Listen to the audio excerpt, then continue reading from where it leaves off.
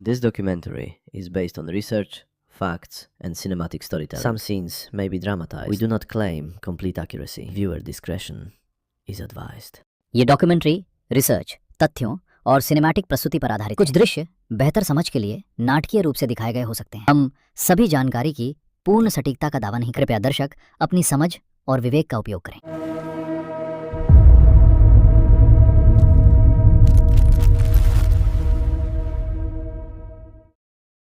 भारत की राजनीति को समझना है तो बिहार को समझना ही पड़ेगा, ये बिल्कुल तय है। इस ऐतिहासिक विश्लेषण में आपका स्वागत है।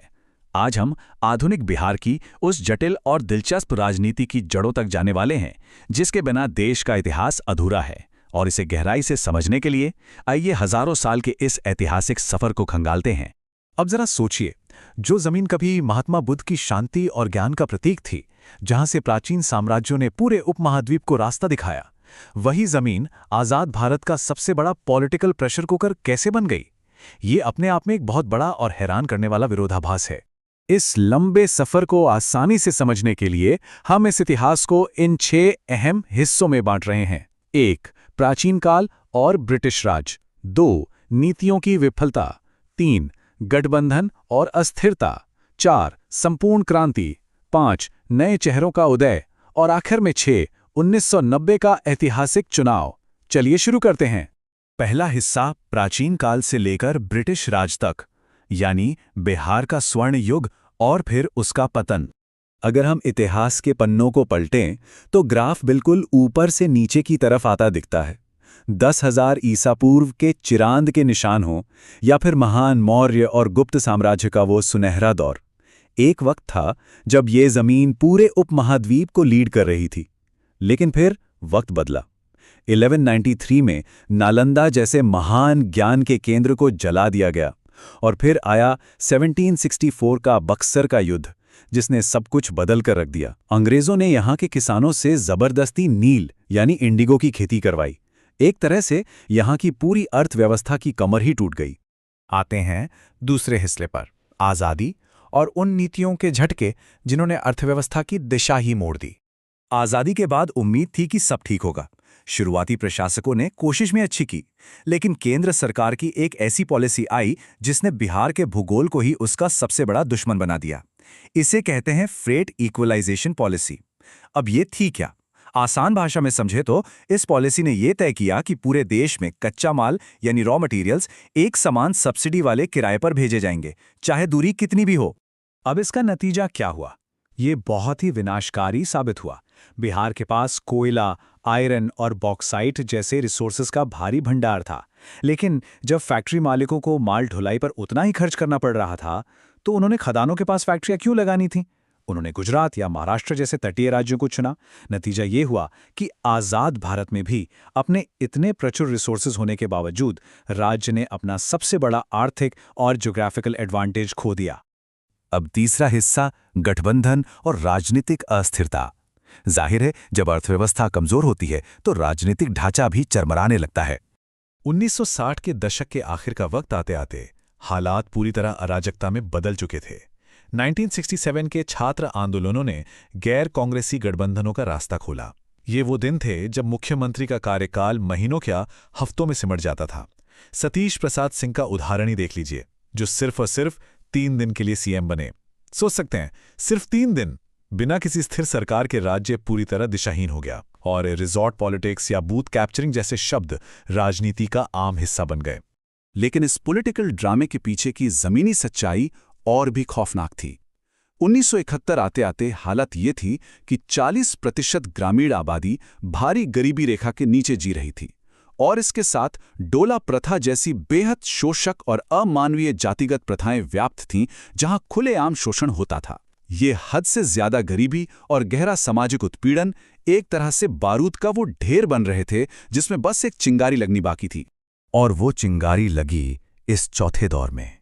जेपी आंदोलन और संपूर्ण क्रांति, एक नई पीढ़ी का आगाज।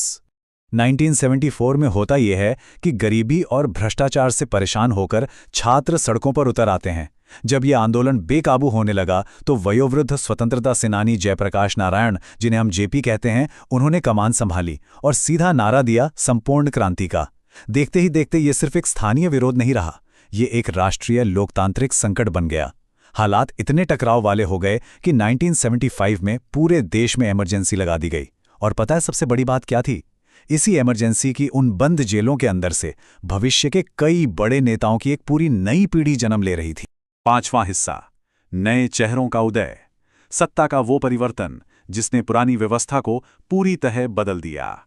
इमरजेंसी खत्म होने के बाद दो बिल्कुल विपरीत मिजाज वाले नेता उभर कर सामने आते हैं। एक तरफ लालू प्रसाद यादव, जिनका अंदाज बेहद करिश्माई था। वे बहुत मुखर थे, उनकी बातों में ऐसी कशिश थी जो जमीनी स्तर पर भीड़ को चुंबक की तरह खींच लाती थी। वहीं दूसरी तरफ उन्हीं के साथी नीतीश कुमार, बिल्कुल शांत, एक ऐसे रणनीतिक विधायक जो फाइल्स पढ़ने और पॉलिसी समझने में यकीन रखते थे, जिनका पूरा फोकस राज्य की परफॉर्मेंस और फाइनेंस पर था। इन दोनों के काम करने के इन्हीं अलग अलग तरीकों ने आगे चलकर इनके अपने अपने मजबूत वोट बैंक तैयार किए। इस नई राजनीति के केंद्र में एक गहरी आर्थिक शिकायत भी थी, जिसे ये संख्या 40 बयां करती है। ध्यान दीजिएगा, उस अस्थिर दौर में भारत के कुल खनिजों का 40% अकेले बिहार की खदानों से निकलता था, लेकिन बदले में राज्य को रॉयल्टी के तौर पर कितना मिलता था? सिर्फ 14%। जब जगन्नाथ मिश्रा जैसे नेताओं ने इस असंतुलन के खिलाफ आवाज उठाई तो राज्य और केंद्र के बीच का तनाव और भी गहरा हो गया। ये पूरा 1980 का दशक गहरी सामाजिक और धार्मिक उथल-पुथल से भरा हुआ था। 1977 में कर्पूरी ठाकुर की सरकार द्वारा पिछड़ी जातियों के लिए नीतियां लागू करना एक बड़ा कदम था। उसके बाद बेलछी नरसंहार जैसी घटनाओं ने दलितों के खिलाफ हिंसा को एक ज्वलंत राष्ट्रीय मुद्दा बना दिया। फिर जब प्रेस बिल के जरिए सेंसरशिप लगाने की कोशिश हुई तो पूरे राज्य ने इसका कड़ी टक्कर से विरोध किया। और फिर आए 1989 के भागलपुर दंगे, जिन्होंने जनसांख्यिकी को हमेशा के लिए बदल कर रख दिया। इसके बाद मुस्लिम वोट बैंक पूरी तरह से लालू प्रसाद यादव की तरफ शिफ्ट हो गया। और आखिर में दशकों से चल रहा ये सारा असंतोष और राजनीतिक गठजोड़ एक चरम बिंदु पर पहुंचता है। छठा हिस्सा, 1990 का वो ऐतिहासिक चुनाव। इस चुनाव के नतीजे बेहद पेचीदा थे। 324 सीटों वाली विधानसभा में जनता दल 122 सीटों के साथ सबसे बड़ी पार्टी तो बन गई, लेकिन पैंच ये था कि उनके पास स्पष्ट बहुमत यानी क्लियर मेजॉरिटी नहीं थी। इसका सीधा मतलब ये था कि अब मुख्यमंत्री की कुर्सी के लिए पार्टी के ही अंदर एक भयंकर और रणनीतिक लड़ाई शुरू होने वाली थी। सच कहूं तो ये राजनीतिक दांव-पेंच किसी सस्पेंस फिल्म से कम नहीं था। ध्यान से सुनिए यहां क्या हुआ। एक तरफ प्रधानमंत्री बीपी सिंह ने सीएम पोस्ट के लिए रामसुंदर दास का समर्थन किया, तो उसके ठीक काउंटर में उप प्रधानमंत्री देवीलाल ने लालू के पक्ष में अपने दूत पटना भेज दिए। अब लालू ने यहां एक जबरदस्त कूटनीतिक चाल चली। उन्होंने वीपी सिंह के राजनीतिक दुश्मन चंद्रशेखर को भी अपने पाले में कर लिया। वोटिंग हुई और लालू जीत गए, लेकिन कहानी यहां खत्म नहीं होती। विरोधी खेमे का एक नेता सीधे गवर्नर के पास पहुंच गया ताकि शपथ ग्रहण रुकवा सके। जब गवर्नर दिल्ली भागने के लिए एयरपोर्ट निकल चुके थे तो लालू ने उन्हें बीच रास्ते में ही रुकवा लिया और वहीं से दिल्ली फोन करवाकर अपनी कुर्सी पक्की कर ली। क्या कमाल के दांव-पेच थे। और इस पूरे घटनाक्रम का अंत इस ऐतिहासिक पंक्ति के साथ होता है। शपथ ग्रहण राजभवन की बंद दीवारों से हटकर पटना के विशाल गांधी मैदान में हुआ, ठीक उसी जगह जहां से 16 साल पहले जेपी आंदोलन की शुरुआत हुई थी। सोचिए, इसका क्या मतलब था? यह केवल एक स्थान का बदलाव नहीं था, यह इस बात का एक बेहद शक्तिशाली प्रतीक था कि सत्ता अब सीधे जनता के बीच आ गई थी। उस संपूर्ण क्रांति का चक्र यहां आकर पूरी तरह से मुकम्मल हो गया था। एक लंबा जन आंदोलन, भारी राजनीतिक उठापटक और आखिर में राज्य का नेतृत्व एक ऐसे नेता के हाथ में जो सीधे जमीन से जुड़ा था। लेकिन यहां एक बहुत बड़ा सवाल पीछे छूट जाता है। एक अंतिम जन नेता के सत्ता में आने के बाद ये नया युग बिहार की आम जनता के लिए आगे चलकर कौन से ऐतिहासिक बदलाव लाने वाला था? ये एक ऐसा सवाल है जो इतिहास के अगले अध्याय की ओर इशारा करता है। इस विश्लेषण में हमारे साथ जुड़ने के लिए बहुत बहुत शुक्रिया। ज्ञान और इतिहास के ऐसे ही शानदार और गहरे विश्लेषणों के लिए हमारे साथ बने रहें।